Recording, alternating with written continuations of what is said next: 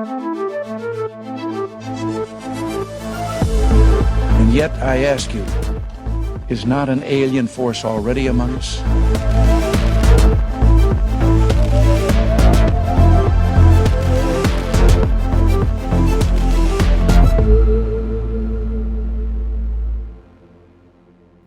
Hello and welcome back to Against the Grain. Thanks very much for joining me. My name's Gary King, and today I'm joined by astrologer Steve Judd, who's been a friend of mine for almost 30 years.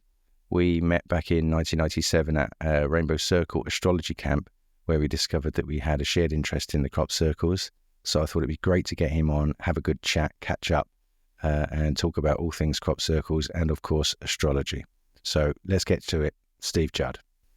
Steve, great to see you, mate. Thanks very much for joining me. Hello, Gary. It's been a very long time since we actually talked with you. It must be at least 20 years, if not 25 years. Yeah, I think the last memory I've got of seeing you like in person was you came to my flat in Cardiff. God, that would have been like just 2000, something like that, maybe. We were at the 1999 astrology camp, weren't we, in Devon together? Not astrology camp. Yeah, the eclipse camp. Do you remember when the eclipse happened in 99? Yeah, I wasn't at the Rainbow Circle camp on that one. I was in Cornwall. You went to the Lizard, didn't you? Because I was with Moon Shadow Rising. Yeah, you passed through though. I think you passed through on your way down. Yes. That was the last time I saw you. Yeah, I think. So that was 25 years ago. And look at us now, mate. Still got more hair than you. We haven't changed, have we? We're still the same. Oh. The genes could do an upgrade, but hey, who's counting? Yeah. Do you remember how we first became acquainted? I think it was through Qigong. You turned up at camp, said I can teach Qigong. I think. I was teaching Qigong, that's right. But what happened was so I turned up first ever Rainbow Circle astrology camp in Flaxley, and you were doing a presentation on crop circles and you had a load of photos laid out, and my son Aaron was standing over your shoulder and he went, "That one's at Silbury Hill, that one's there." And you turned around and went, "How do you know about this?" And you said, and Aaron said, "My dad's into crop circles." And you said, "I better meet your dad then." And that's how we go. Do you remember? Okay. I do vaguely remember this. Yeah. Yeah. When you don't meet someone for 25 years and they suddenly come up with stuff like that, you think, "Oh, bugger, have I got anything I don't want to talk about from them?" Well, I'm sure there is, but yeah, that was a nice memory. Yeah, it's a nice memory. Cool. Yeah. So how you been? You been good?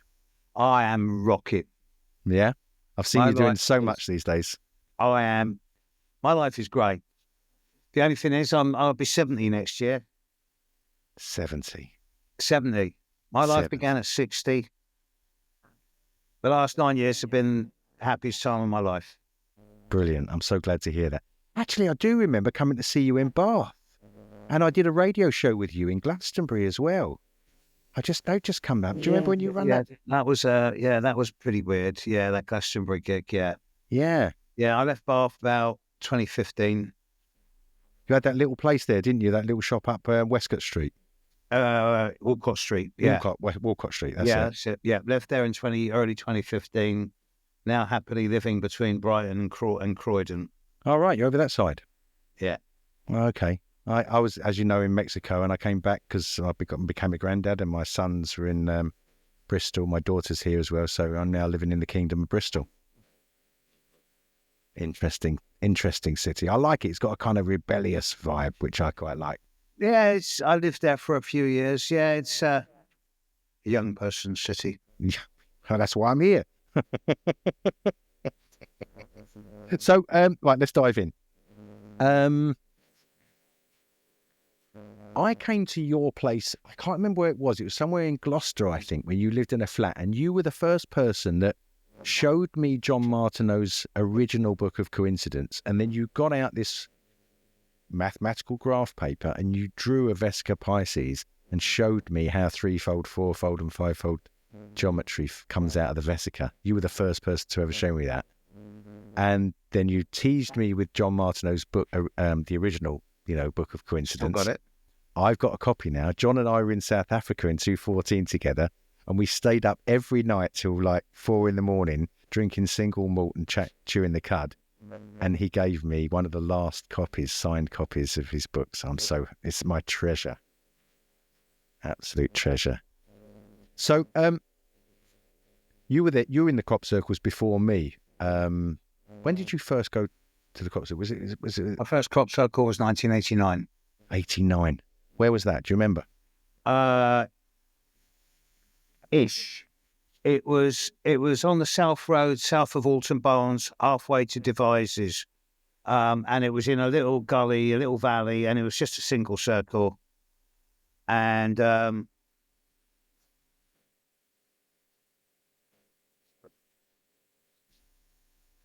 this is in the days where there were very few people looking at crop circles. This is where I met people like Busty Taylor and Colin Andrews. But yeah, that was 1989. I only found about it by accident. But even at that stage, I was running around the country with ordnance survey maps, looking at landscape geometry. Okay. Because that's always been a passion of mine since I was a child. Okay. Looking at patterns on the landscape and in that landscape. And then I just came across this circle and I thought, what the hell is that? And I went and had a look at it and I was like, that was it. I was sold. And I've been going in crop circles every single year since. Have you really? You're still going? You're still going? I got to 2, I think, last year. Sorry, one this year, 2 last year, because there's less of them now. Yeah, and I've done my service. I estimate I've done about 800 to 1,000 crop circles. Yeah, my dissertation for my master's degree was on the sociology of the crop circle. That's right. I'd forgotten about them. Yes, and I've been accepted for a PhD on the crop circle phenomena and its relationship with the heavens and the earth, and as the interface between heaven and earth. But I was accepted to do it 7 or 8 years ago. I haven't even started it yet. Really? So I don't know if that's ever going to happen. You did that at Bath, didn't you, that dissertation? Bath Spa, yeah. Bath, yeah, that's right. Aaron went there. He did education at Bath Spa. Yeah. Wow. Yeah, do you know what? I'll have to read that dissertation, Steve. Can you send me a copy of it? I haven't got it online. I should have it online. You should. Yeah, it should. It's not good. One day. Yeah, so, sure. Because there's some interesting. I've interviewed a couple of people. A PhD called Veronica Goodchild. She wrote a book called Songlines for the Soul. Excellent book on Jungian psychology and the archetypes and stuff. You know, about the connection to the crop circles. And another guy called Gary Bobroff, a Canadian psychologist, Jungian psychologist. He wrote Crop Circles, Jung and the Re-emergence of the Archetypal Feminine. Great interview. So there's been some serious academic writing done on the crop circles now, including yourself, of course, which is very cool. Didn't you get involved in making that stone circle at the Glastonbury Festival with? Not the Glastonbury one. I built myself and John Martin have built a big stone circle at the Green Gathering just south of Warminster, and that was based on basically highest and lowest sunrise and moonrise points, along with the solstices and the cross quarters. And then 2 years later, I built one on my own with a couple of friends based on highest and lowest rising of the 4 royal stars. What are the 4 royal stars? 4 royal stars of the east. Regulus, Sirius, Aldebaran, I don't know where we go. Get the other one. Okay. Long time ago. Yeah, sure. Wow. Yeah, it's just I just did it as an exercise so I could say. But you're familiar with Robin Heath? Of course. Well, he is the preeminent person in the world when it comes to the alignment of stone circles with stellar positions in the heavens, as they were at the time that the circles were built.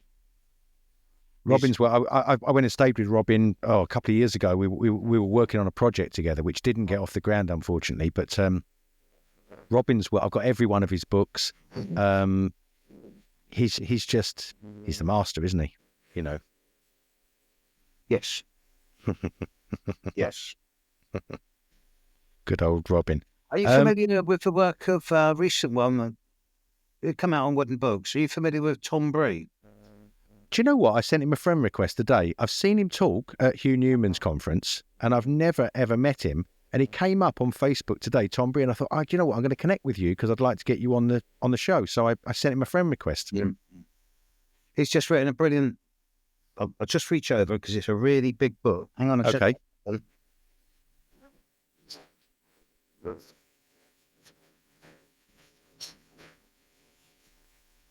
It's heavy. Oh, wow. I have seen the cover, yes. It's chunky. Wow. And it's full of good. It actually carries on where John Michel and Robin Heath left off. Really? Yeah. Oh, I definitely. That's a coincidence that's occurred there. John put me in touch with Tom. John Martineau did. Yeah. Yeah. So I've interviewed Tom doing this documentary, and part of it is looking at the relationship between ancient religious sites from stone circles up to Gothic cathedrals and their alignments with the sky.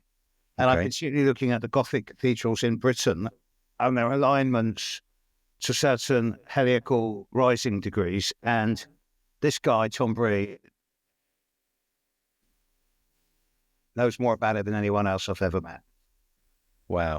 So, yeah, highly intelligent man. Wow. And it's this work, we've covered it. I'm obviously friends with Hugh and it's a small world, Nosha and the guys in the megalithic, sort of alternative megalithic world from Robin, as we mentioned, Robin Heath, and who is his mentor now? His name's gone right out of my head. Not John Michel. No. It'll come back to me in a minute. Why can't I remember it? That's really annoying.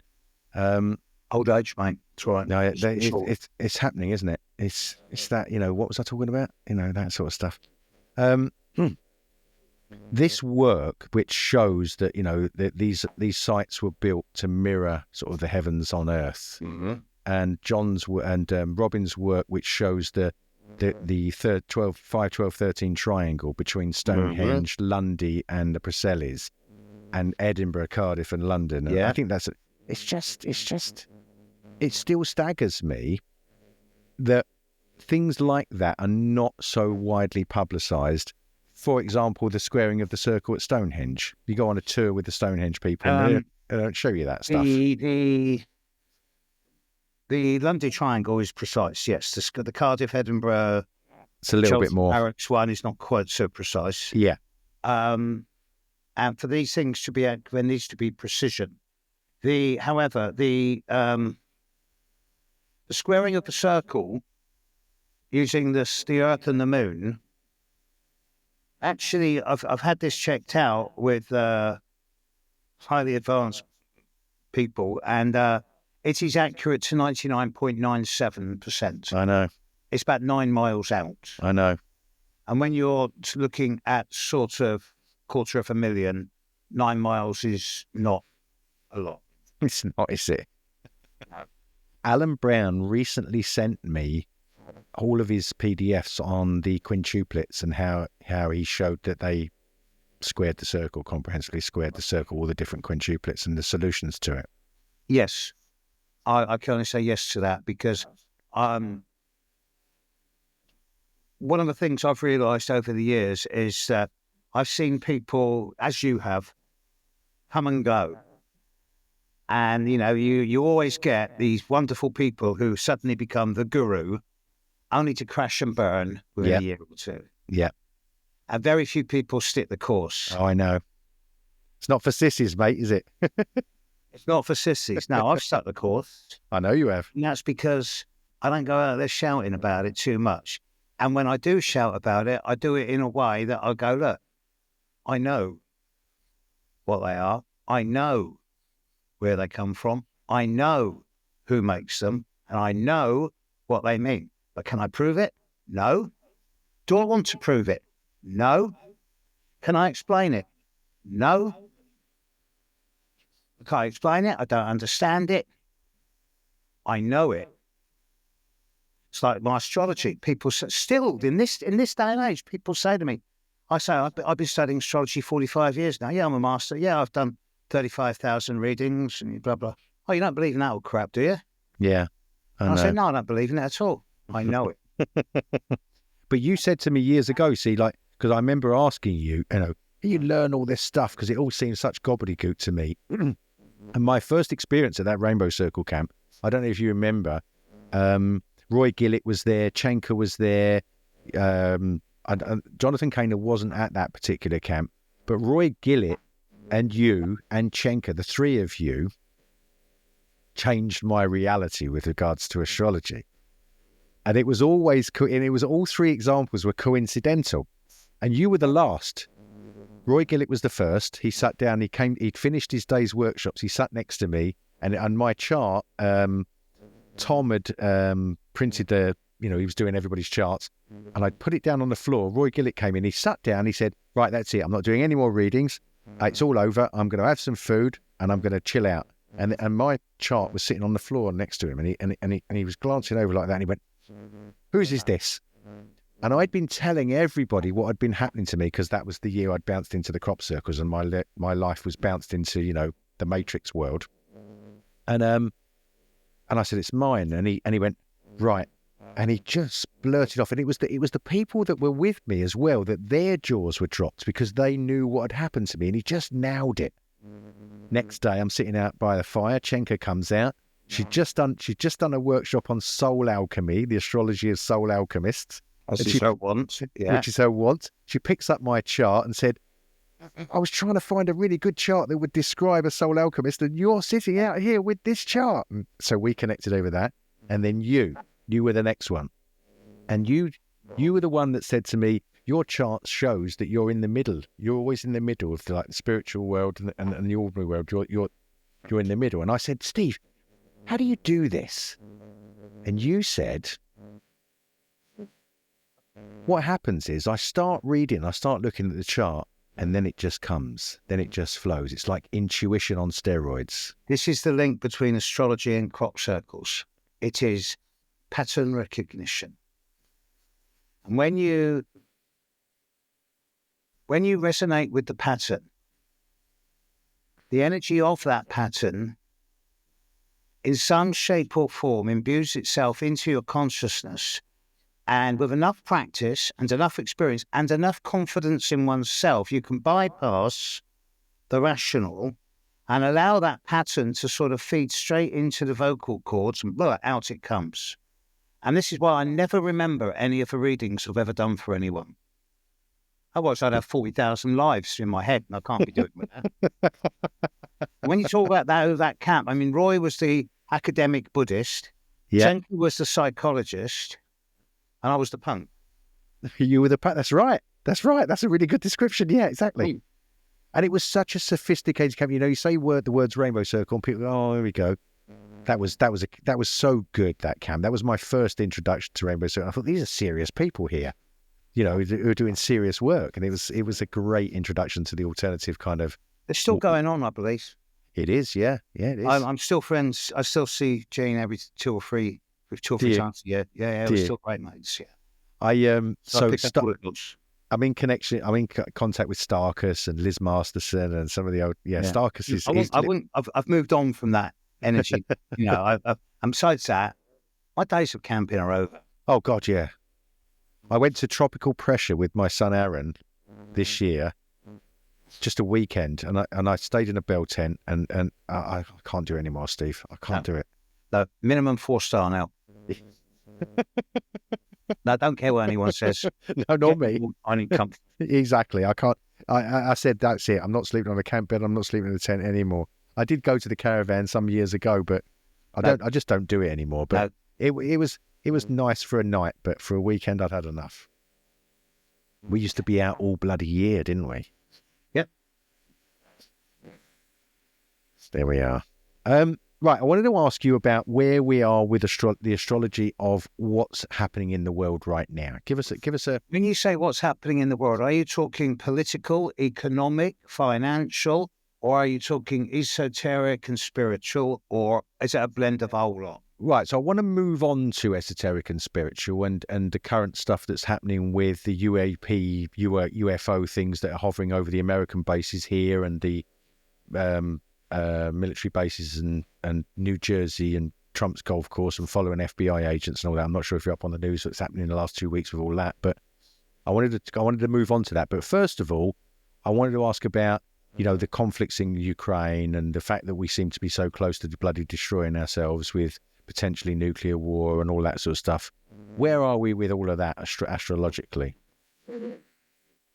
Ever since I was a kid, I was been told that, because I was born in the mid-50s. So I grew up in an environment where the nuclear bomb was just about to drop. That was my reality when I was in 63, 64, 65. They're going to drop the bomb. It was the H bomb then, not the nuclear bomb.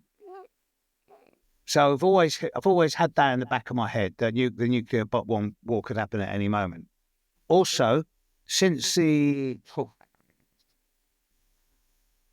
got my first email about 97, and I got my first website in 2001. I've been online since 99, and all the time I've been hearing, the banks are about to crash. Well, they crashed twice, but they keep bouncing back. Admittedly, they've been bailed out.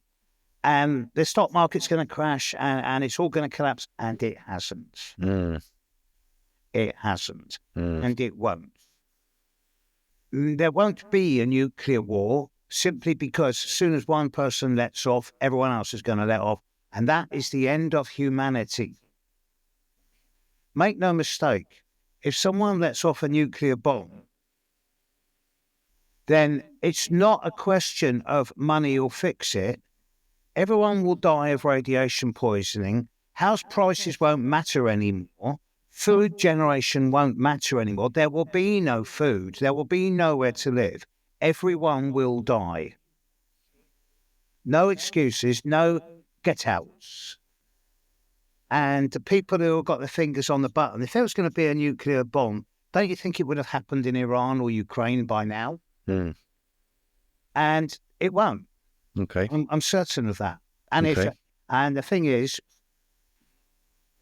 if I'm wrong, I'll probably be the first one out, so no one's going to come back and criticize me. Yeah, you got a kind of guarantee on that one, haven't you? Well, that's reassuring because, I mean, I had Steve Bassett. He's an activist, a lobbyist for government to disclose what they know about UFOs in the US. He's been on my show a couple of times now. We had a really good 2-hour show last week with him. And he went to the recent Congress hearings with a guy called Robert Salas, who I also know. Robert Salas was a Minuteman in Montana. He was in the underground bases and the UFOs flew over, switched off all of his panels. He wrote a book and went to Congress last week, and it looks like he's going to get in front of Nancy Mace and give his testimony, which will be very interesting to see. So we discussed quite a lot about where we currently are with the threat of nuclear war and so on. And he was sort of saying the same things, that he didn't think it was going to happen. And I think that's good. Much bigger risk is another pandemic. Much bigger. I mean, that's been forecast, but since the last pandemic and since all of the, let's dive into this, because you mentioned before we came on air that conspiracy theories and so on, a lot of what conspiracy theorists said or were being called conspiracy theorists about is coming from a lab. The vaccine's experimental gene therapy and it's going to cause side effects and so on and so forth. These things have turned out to be largely true. Where do you stand on all of that? Correct. I've read the scientific papers. I've seen how the nanotech in the virus is creating miniature nanotech machinery. Okay, I've seen all that. And I do firmly believe that having had the virus 3 times now, the first time nearly killed me, Delta. Yeah, I got Delta, nearly killed me. I know in my body that is not a naturally occurring phenomena. I know, or I choose to believe that it came out of a laboratory. The difference is that I don't think it was released deliberately. No, well, that's. It was. But the thing is that a lot of people, it was like, I love that. I think it was John Stewart who said, if there was if there's a leak of chocolate all over the city and there was a chocolate factory out the road, we weren't allowed to say it came from the chocolate factory. We had to say it came from the fish market. Yeah, but every country, every industrial advanced country in the world has got their own chemical and biological warfare lab. Yeah. So this is just an accidental release, and in a situation like that, we can panic and we can complain and we can bitch and we can revolt, or we can just get over ourselves and concentrate on our own well-being and eat good food and drink good water and breathe fresh air and cultivate a good sense of humor and a positive mental attitude, because these are the things that keep us sane. With you on that one, mate. And not buying into the bullshit and the fear and the hype, because that's what gives you cancer. Yeah, the fear's not good for us, that's for sure. It's finding, as ever, I always come back to, it's trying to find the right balance. Because you need to be cautious, you need to be aware, you need to know what roads not to tread down, and that's by and fear then is a natural thing to say, no, don't go down there, go that way. It's a normal thing. Well, recently, about 10, 15 years ago, I started differentiating between human beings and humans being. And yes, it's semantics. Yeah. But to me, I'm a human being, and most of my friends are, and most of my clients and my students. We're people who take responsibility for our consciousness, as well as our conscience and our thoughts.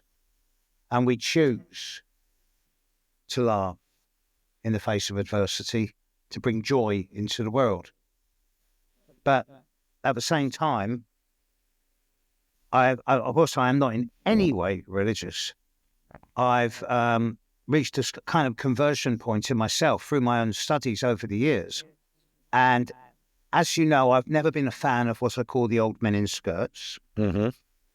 And I've realized that the imposition of doctrine, whether it's a Sheol, Tartarus, Hades, hell, or heaven, is just a construct designed to disempower us as a species and keep us in slavery. Yeah. To me, death, as we've been led it to understand, it doesn't exist. There is no death. Death is not real.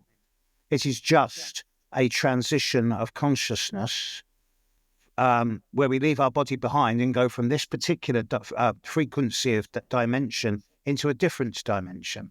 Yeah, I'm with that.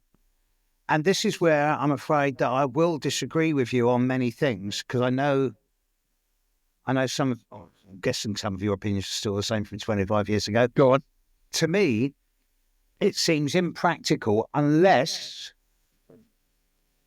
there are intelligent species elsewhere in the universe, and there probably are, that have cracked faster than light speed. Because otherwise, it would take any intelligent species hundreds of thousands of our years just to get here. And then they're just going to observe us? No, that doesn't make sense. You see, I think there's enough aliens on Earth already. And that's mainly humans. Well, I don't do ETs. Nor do I. I mean, I've said it over. So yeah, you are behind the times on where I'm currently at. I've said for a number of years, I'm not a UFO guy. I'm not an ET guy. I know lots of them. I go to conferences to speak about crop circles, and I'm invited to UFO conferences. So I know, Peter Robbins, and I went to Brazil a bunch of times with Chevalier and Jaime Maussan. I worked for him as a correspondent and so on. I know about. I used to argue and fight with Jaime all the time. He'd say, "What about this video?" And I say, "It's a fuzzy light in the sky," And I'm the same as you. Why would intelligent beings want to travel halfway across the cosmos to become proctologists and look up Billy Bob's arse with a torch? Now, don't get it. I've actually seen on 3 occasions in my life unexplainable aerial phenomena, obviously not natural in origin. Yes. But I still don't believe in UFOs, ETs, or aliens. Well, we go back to the definition of UFO. I saw my first UFO, or first unidentified flying object, which to me defied the laws of physics, at a Rainbow Circle camp at the at Teddy Stone's field in Shepton. That might have been. You were there. Was it in a valley, and we were up on the sides of the valley and overlooking? There was a disc hovering. No. It wasn't that one. It was that field where it sloped down towards the river at the end, Teddy Stone's field, not the one with the big tree on the other side of the road where we used to hold the Beltane camp. Yeah. Me and Aaron and a little guy called Mark, the guy Puppet Mark, as if you remember him, the guy who used to make all the puppets. It was the three of us. We were just standing there, and this big flashing light came across, and we were watching it. What the hell is that? It was just above the trees. And then all of our heads were turned to look in the opposite direction, and this extremely fast light shot forward over to that sort of direction.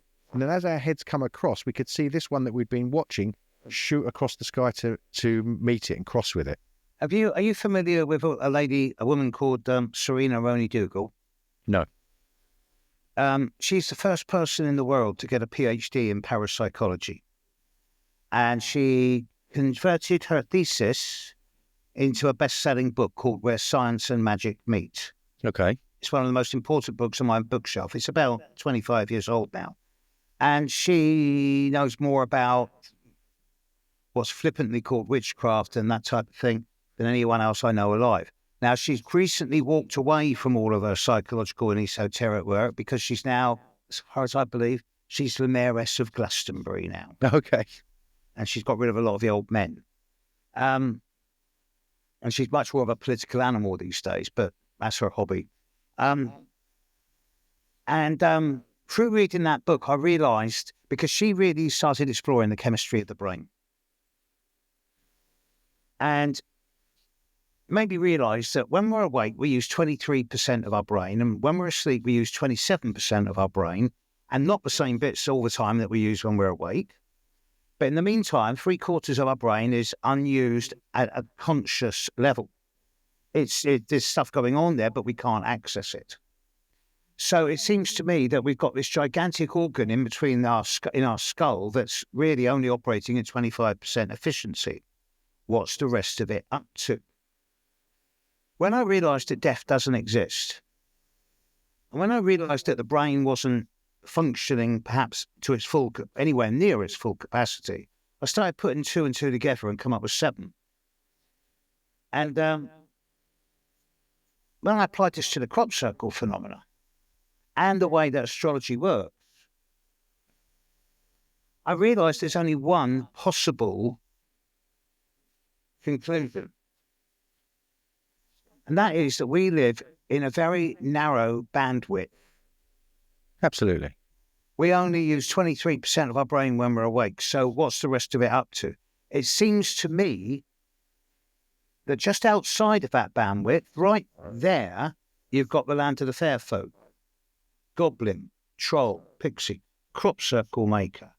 All indigenous to this planet, all here a lot longer than we have been, and we're screwing the planet up. Mm-hmm. So in many ways, they're sending us mechanically perfect, mathematically perfect formulae involving things like 13-fold, 17-fold geometry, which we can't possibly do ourselves, as a kind of upgrade.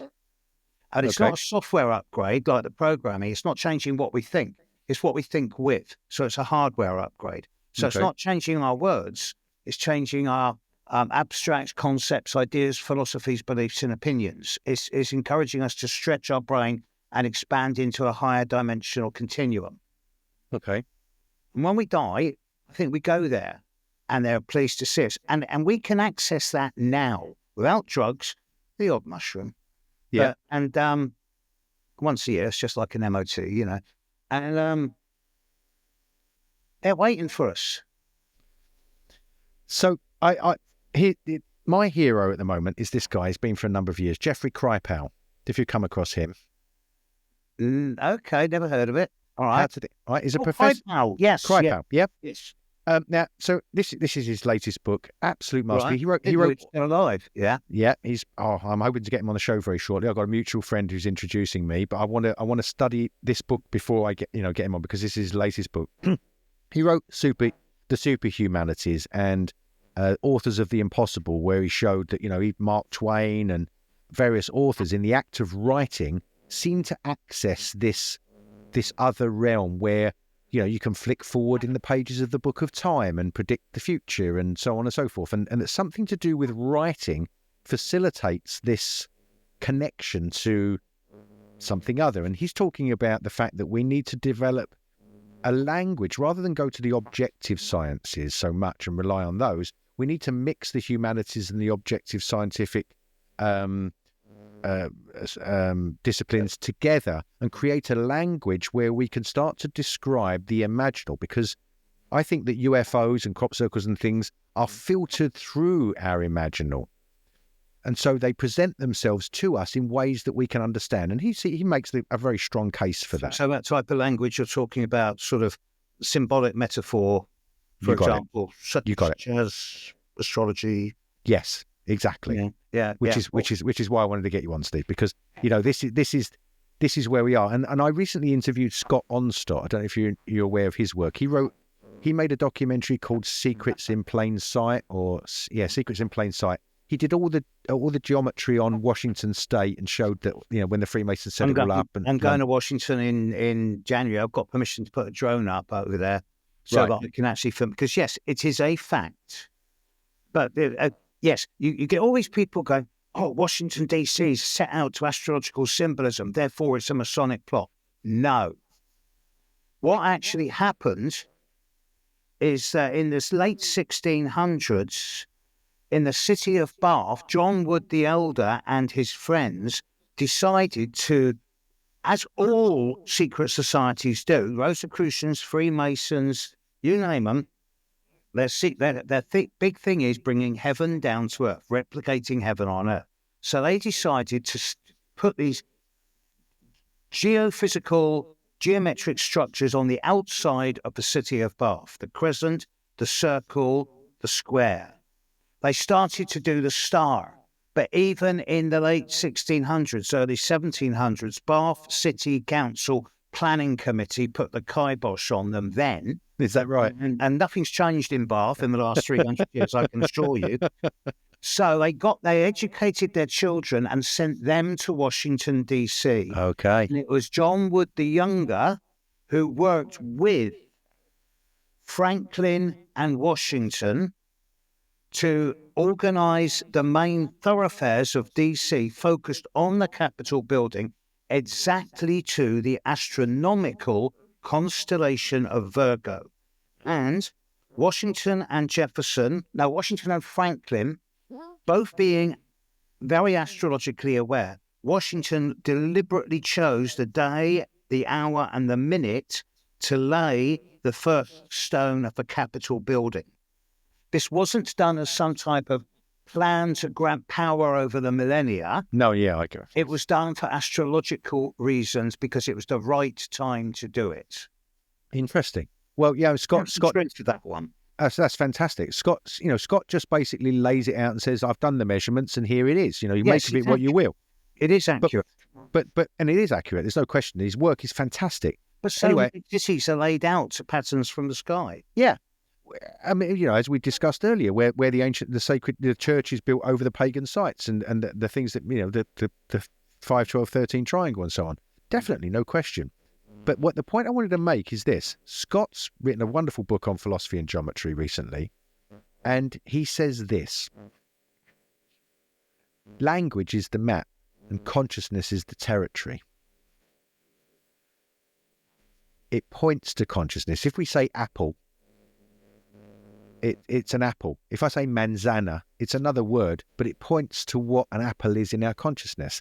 And that's what we're talking about with Jeffrey Kripal and what you just said, where we're creating this language which can expand our consciousness to have a greater awareness. A couple of weeks ago, I'm doing this documentary. I was filming in Rome. I was in Rome and I was looking at various old buildings. I was away for 7 weeks. Mount Olympus, Athens, Delphi, Rome, Florence, Bologna, Marrakesh, Seville, Cordoba. Wow. About the works. Wow. I've been to the tomb of Paracelsus. I've did a proper European tour. The one place we all nearly killed each other was at the Colosseum in Rome. And afterwards we realised that that's because for 500 years, every week, thousands of people would go there to absorb, to watch mass slaughter. It was dripping in blood. But further up the road, a few miles up the road, is a building called the Pantheon. Yes. Which was rebuilt from the original about 100 AD by Vespasian. And this is in the days before Christianity and before the cult of Sol Invictus. So it was set out, it was the pantheon of the gods. The Roman gods had stolen the Greek gods and given them new names, but they also knew their numerology. And the pantheon is a perfect circle, 142 foot in diameter, 142 foot high, set out in a perfect right-angled triangle.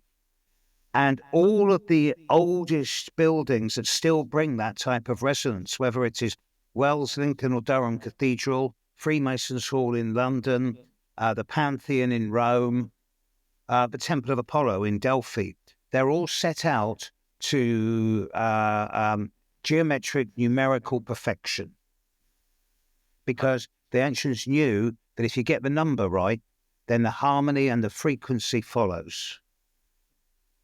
And that's something we've lost touch with today. Totally. And this concept of number being this a priori thing, this we've got symbols for it, and people think number relates to symbols, but the fact that it's I love Marie-Louise von Franz. She was Jung's acolyte. She said that number is the primary archetype of consciousness. Yeah, without and the bright guys who invented the number zero around about 800 AD, 700 AD in India, wasn't it? Morocco. Was it? The Arabs, it was the Moors. Oh, okay. Yeah, I believe. And that changed everything. The knowledge of the nothingness. Nothingness. No thingness. No thingness, yeah. Well, don't even get me started on the power of mixing words. Unclear is nuclear, so... Yeah, once you start playing with words like that, you go down a rabbit hole. You up the wall. Yeah, I know. Yeah, so but no thingness, it relates to my martial arts training. There's this aspect of, and so I haven't stopped that. I've been 25 years now since I last saw you. I've been involved in one of the most esoteric kung fu systems that you can get, which is the Hut Gar people's Southern style praying mantis kung fu. Very esoteric, very deep, and basically it does with my pursuit, does what you get with your astrology. You practice and you do these sets of movements based on geometry of the body, and then all of a sudden it starts to come, and then you start to learn from within. You start to discover stuff that's already there, and you get this paradox of, where did you get the knowledge from? Was it outside or inside? There. It's in the body. It's already there. So it's so cool. Well, we've covered some ground there, Steve, haven't we? So I think the Pantheon, I've got John Neal's. I did an interview with John Neal on his metrology. All done with mirrors. You got his book, All Done with Mirrors. Well, I don't know if you've seen the documentary I made of him. I interviewed him. I got an hour and a half's film online where he went down all of his work when he first met John Michel, how they first discovered things and realised they'd made mistakes and went back and revisited it, Chinese metrology. And I've still got all of the diagrams that he drew showing that the Pantheon squares the circle. Great stuff. It does. It really does. The squaring of the circle is one of the oldest and still one of the most perfect fundamental patterns of harmony. You'd think it's impossible, but it's not. It's so easy to do. I could square the circle with a compass, a pencil, and a ruler. That's the traditional tools of the philosopher geometer, isn't it? It's like doing astrology. If you can't draw a chart by hand, you're not an astrologer. Right. If you can't draw a vesica or a tetractys, to quote Plato, with a pencil and compass, then you're not a geometer. It's so easy to do with technology. And don't get me wrong, I'm not averse to technology. I use AI, ChatGPT all the time now. Yeah, but, me too. There's still the skill of doing it. There's still the joy of doing it by hand, and the feeling you get when you create something that's that perfect by hand. Yeah. That's I've done some workshops with Richard Henry on the Islamic geometry, where you go through and you construct, something that's in the Alhambra or something like that from the beginning. I was in the Alhambra twice, about 6 to 8 weeks ago. Were you? And Escher spent a very long time in the Alhambra. Did he? Oh, yes. That's where he got a lot of his ideas from, about different different levels of space. Perspective, fantastic. Yeah, if you think the Alhambra is good, you've got to go to the Grand Mosque in Cordoba. Really? It takes your heart, takes your breath away. It reduced me to tears. Wow. It reduced me to tears. It's just an awesome place. Wow. Yeah. Wow. That's so cool. And having been to all these places just in this last 3 months in pursuit of the origins of Western astrology and I've learned how it came about. We're in the studio now. We've done all the European filming. We're up to tomorrow. I'm going to go and do the voiceovers for episode 3, the Roman stuff. We've done the Greeks, and we've done the stuff before the Greeks, as in Chaldea, Assyria, Babylon, Sumeria particularly, but also that was in the East. In the West, we've looked at the stone circles and the cosmological ideas of Neolithic man. Okay. Episode 4 is the movement of astrology from Constantinople all the way around the Mediterranean rim to Morocco and Spain. Then it's the Renaissance. Then it's magical England. Then it's the shift to America. Then it's back to the UK and Europe for Kepler and the discovery of the outer planets. And the last one's about now and the future of technological revolution. But when you're actually abroad, when you're traveling around and you're seeing all these places, I found myself in a basilica 4 weeks ago, and the crew said to me, "We want you to go in here and just look around. We're not going to tell you what's in here. We want to see your face." And I walked in and I found myself in front of the tomb of Galileo. And that was that. I was down on my knees sobbing because he's one of the greats. And immediately opposite Galileo's tomb, 20 yards the other side, was the tomb of Michelangelo. Wow. And next to him was the tomb of Nicholas Machiavelli. And then that was Rome. And the week before that, I was at Delphi and I was walking along the Sacred Way, and I did a little video because I was walking in the footsteps of Pythagoras, Plato, Aristotle, Socrates, Hippocrates. Oh, I'm jealous. The greats. Oh, wow. Wow. Yeah. And when you're exploring the development of astrology for all these people's lives, through the Greeks, which was mainly cosmological, looking at the whole cosmos, then to Rome, which is much more about personal charts, and then how it develops through the Moors and the Arabs into Spain, then the Renaissance, then magical Britain. It's a journey. It's like following a snake on a snakes and ladders board. Wow. It's amazing. This is my legacy for the world. By your fruit shall you be known, Steve. Well, I've been studying it 45 years now, Gary, so it's time for me to put something back. Well, and I've been doing quite a bit myself with the crop circle stuff. I've released 2 films in the last week. I wrote 16 episodes for Gaia TV when I was in Mexico. I wrote a 2.5-hour special for the History Channel. So I've been doing my bit, and I'm amping it up now. I still direct people regularly to the video on YouTube of you over on Adam's grave. Oh yeah, with the big crop circle. 777. Because that, to me, is as close as you're ever going to get to visual proof. And that was just an amazing bit of footage. So I hope you still keep that up there on YouTube. I just released a film last week, 9 days ago, 45 minutes long, comparing. So I got 12 guys making the Mozilla Firefox with boards and rope. Then I got 40 engineers making the commission for Acai beer, which took them 7 days with tractors and satellites and 48 cans of pink paint and ropes and boards. And bush cutters and all the rest of it. Then I cut to 777 and say this appeared in 4 hours. And then the following year, I don't know if you heard, but so many people messaged me after 777 saying, what are you going to do for 888? And I ended up on Nap Hill and Milk Hill with 200 people. It's like a mini festival. There was a dome there and drummers and chai tent and all the rest of it. And then the following morning, there was the huge 8 under Milk Hill. So lightning struck twice. So I've just made a film all about that. It's 45 minutes long. It's up on my YouTube channel. When people say to me, how long does it take to make a crop circle? I say 7 seconds, 8 seconds. Flash a light.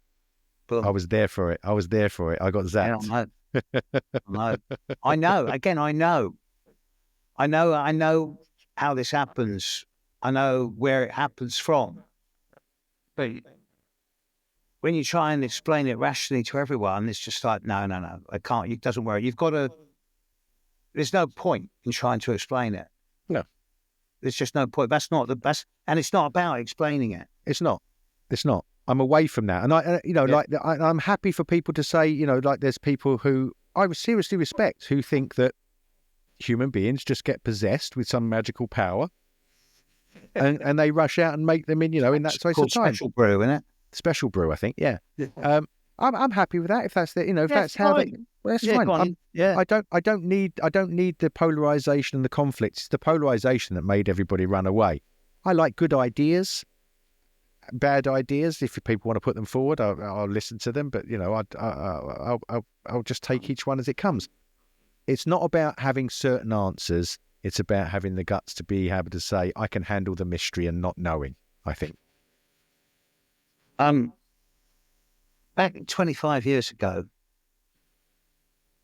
when I first went to the Rainbow Circle Astrology Camp, after being in my first one for about 3 days, I sort of thought, this is rubbish. I know more than this lot. So I went to a coordinators meeting. I was fresh off the blocks. And I walked in and there's Sid and Lynn and various others. I said, look, I'd like to do some workshop. Who are you? I said, well, I know more than you lot. And they were like, who's this upstart? I said, well, sorry, but I do. And I said, all right then, we'll give you the kids. Oh, no, I remember that. I remember you doing the kids stuff. Yeah.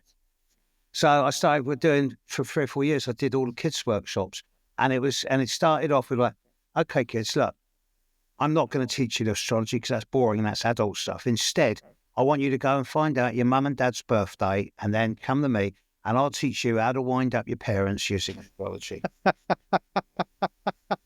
And that was the birth of my evil twin brother, the caustic astrologer. The caustic astrologer, that's right. He now has his own YouTube channel. I let him out once a year when I'm drunk. And I've developed it big time. Oh. And the humour of ripping someone to pieces according to their sun sign it's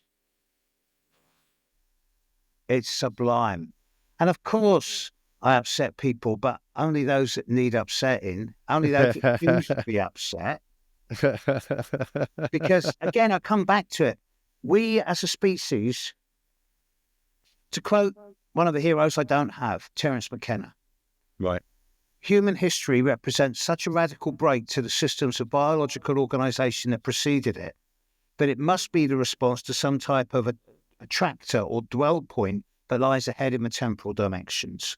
There's something in the future pulling us forward, accelerating evolution, and no other species on this planet has ever existed that can laugh at themselves or find luck. Cats maybe, dolphins maybe, but who else laughs? Who experiences joy at an intellectual level as we do? No, that's never happened before. No. And was completely different to any other type of biological system. Now, I'm a big fan of Merlin Sheldrake. I've seen him recently give some great stuff on the mushroom stuff. Oh, it's so good. It's not just mushrooms, it's trees as well. Yeah. Now, everything, the mycelium of everything. And now I'm seeing the internet as our mycelium. Yeah. Paul Stamets calls it that. Paul Stamets says it's our predilection to network, to create networks and nodal points. And so we just mirror mycelium. Yep, totally with that. Totally with it. See, I can see a time with the approaching climate chaos where, within 20 years, I can see us in a position to be able to download consciousness in some shape or form. And that doesn't scare me at all. No. Well, going back to what you said earlier, so one of the guys that's from Stanford who's been involved in this current UFO wave, he was approached by the CIA to study people who said that pilots, mostly David Fravor and stuff, that they've had experiences with these lights, these unidentified UFOs. And the brains of these people are different. And he's done a series of interviews, but he's done a great one with a friend of mine, Chrissy Newton, who runs a podcast on The Debrief.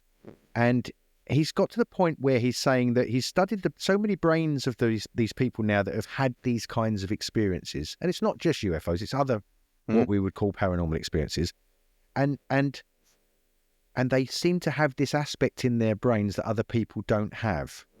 And not only that, they are seeking out mates unconsciously and having children that have this biological predilection. So this evolutionary thing that's sort of pulling us... It's the upgrade. It's the upgrade. It's the upgrade, yeah. Yeah. The upgrade of consciousness. It's happening. It's happening. It's going to happen in my lifetime, so it's going to happen in yours. Yeah. This brings me back to where we started, so I've got to go in a minute. Yeah, that's cool. Asked me at the start, what's the astrology say?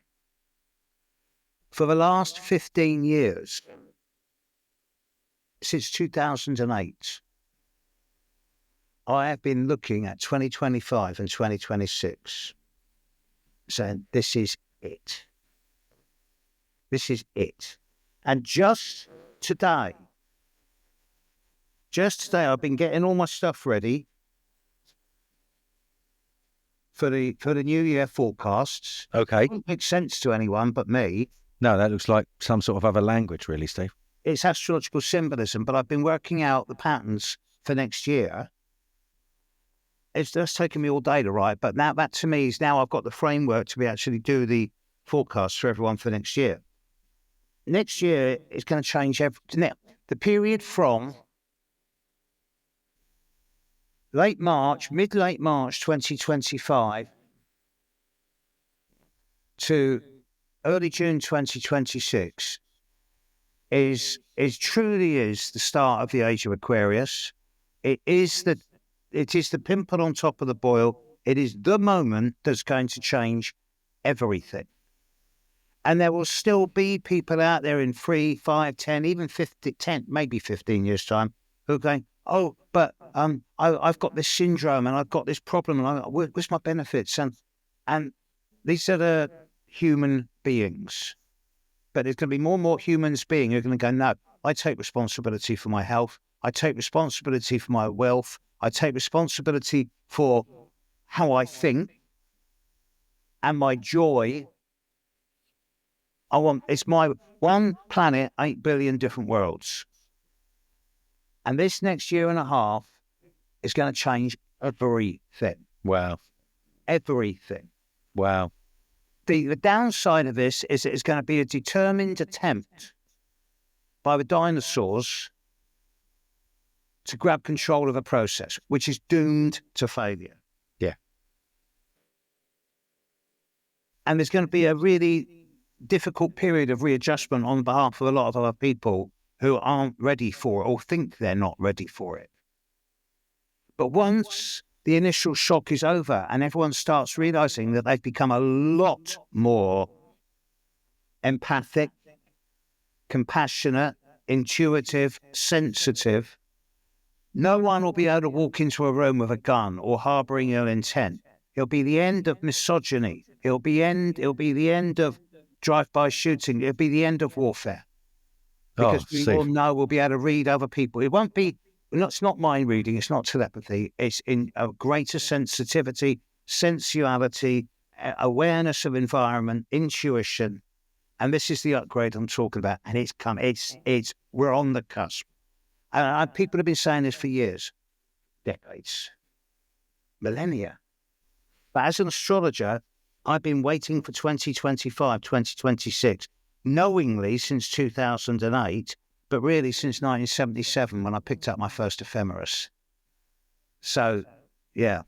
Steve, that's awesome. And do you know what? I've had April 26 going through my mind as a personal kind of process towards an evolution. I've been working towards a goal for April 26 in my own personal evolution. And I talked to Veronica Goodchild about the need for ethics and truthfulness and, you know, moral integrity and so forth. And the people that are going towards deception or relying on deception are the people that are in that wrong vibration. And we had a long conversation about that. And I really think that's so true. That is why I want to get this documentary out. The first episodes will be out for the end of February when I'm doing a big conference. And the second lot of episodes will be out by the start of May when I'm doing something else. Because I want to get this out before. Looking forward to that. Before the changes happen. Brilliant. So Brilliant. Watch the space. Oh, I certainly will. Steve, will you give me some links? Send me some links so that I can put them in the description below so that people can come and see your channel. Yeah. Steve Judd Astrology on YouTube. Fantastic. Easy. All right, don't need And I'm not that. difficult to find. I'm out there. 90% of my life is public. The other 10%, no one sees. I like it that way. Oh, Steve, it's been so great to see you, mate. I really appreciate you coming back on. Yeah. Oh, fantastic, mate. Fantastic. Nice one. All right. Listen, I'm gonna be in Bristol quite a lot in the next few weeks. So Look me up. Yeah. We'll find each other. We'll have to go out and have a coffee. But as you know, both my sons are in the coffee business, so I can tell you. I have the coffee's the only job I do these days. Me too. I'm a real snob. Yeah, me coffee. too. Well, I did ayahuasca before I left Mexico, which was a really, really good experience, really positive experience. But yeah, you're going to do any type of psychotropic, do it in the country where it comes from. Yeah, I had a shape. The other day, you don't get in touch with the land.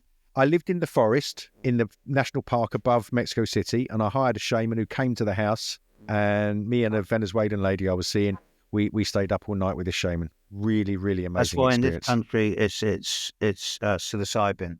That's why in Germany or Scandinavia it's Fly Garrick. In Spain it's Morning Glory. You know. Have you done Fly Garrick? Oh God, no, I haven't. I've done. I've done. As you know, peyote. Nearly died. That's a serious muscular. Whoa. Yeah, I wouldn't recommend anyone to do it. And if you are going to do it, research it well in advance so you know the right ways to do it, so that it doesn't kill you. Yeah, that's a serious one. Psilocybin. I think I love psilocybin. It's our native. You know, I go to Wales and usually pick in that. I haven't this year, but get some so that I can have my trip. It's not illegal. It's only illegal if it's dried. If it's dried, yeah, eat it while you're picking it. Or eat it. No, don't eat it while you pick it, because then if you're driving, you've got problems. But eat it as soon as you get home, and it's it's wet. It's not illegal. It's not illegal. Well, and the studies now, it's changing, isn't it? Of course it is. Isn't it? Yeah, of course it is. Well, they worked out how to make money out of it. Of course, that's what it's all about, isn't it? Great, Steve. I won't take any more of your time, my friend. I'll end it here. Thanks so much for joining me, and I look forward to when you come to Bristol. I'll take you to my son's coffee place, Triple Roast. He roasts. I look forward to it. Fantastic. All right, mate. Take care, mate. Bye now. Cheers, buddy.